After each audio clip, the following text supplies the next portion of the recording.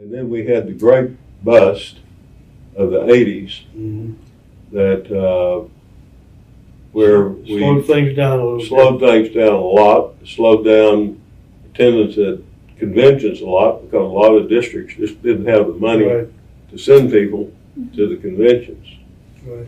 And that's when we rewrote all the laws that regulate districts in Mhm. 87 and 89, Right. and rewrote the feasibility rules at Mhm. the commission, and so you couldn't do raw land bond issues anymore. And And that was the time that UDAC was started.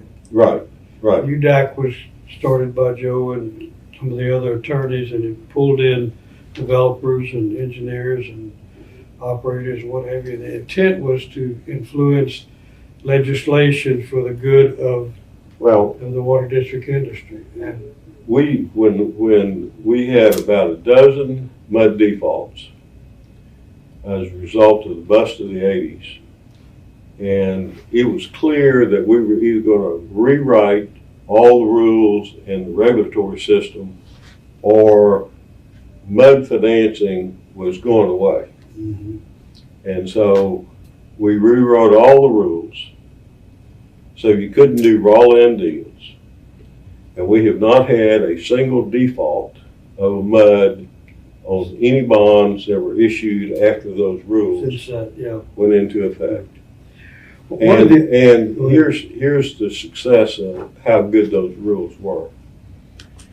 When we had the financial crisis of 2008 and the world went into one of the great financial panics, in the spring of 2009, when the stock market had fallen by 50%, Standard & Poor's, the rating agency, upgraded 250 mud districts bond rating without being asked, because they had reviewed it and thought that it was so solid. remarkable how solid financially these districts were when everybody else was having trouble. Yeah. And I thought that was the ultimate absolutely, test for the success of the yeah. 89 changes. After the annexation of Clear Lake City, some of the districts got concerned about, they didn't want to get annexed. Right, They wanted right. to stay forever. And I think that increased the interest in what we were doing. Yes. Because they could see it as Right. a way to pull together. So annexation was, as you know, a big issue after Clear Lake City. Mhm. Then that kind of calmed down. Austin was still, David Harper and Austin were still all upset about it. They ended up getting annexed and dissolved. Mhm. All the first colony districts ended up getting annexed and dissolved by Sugar Land. Mhm. But it continued to be an issue. It kind of died it down until Bob Lanier annexed Kingwood Mhm. in 96 or 97. Yeah, And that started Was the the last war yeah, all over again. yeah. That's the last big annexation that the city of Houston's ever done. Right.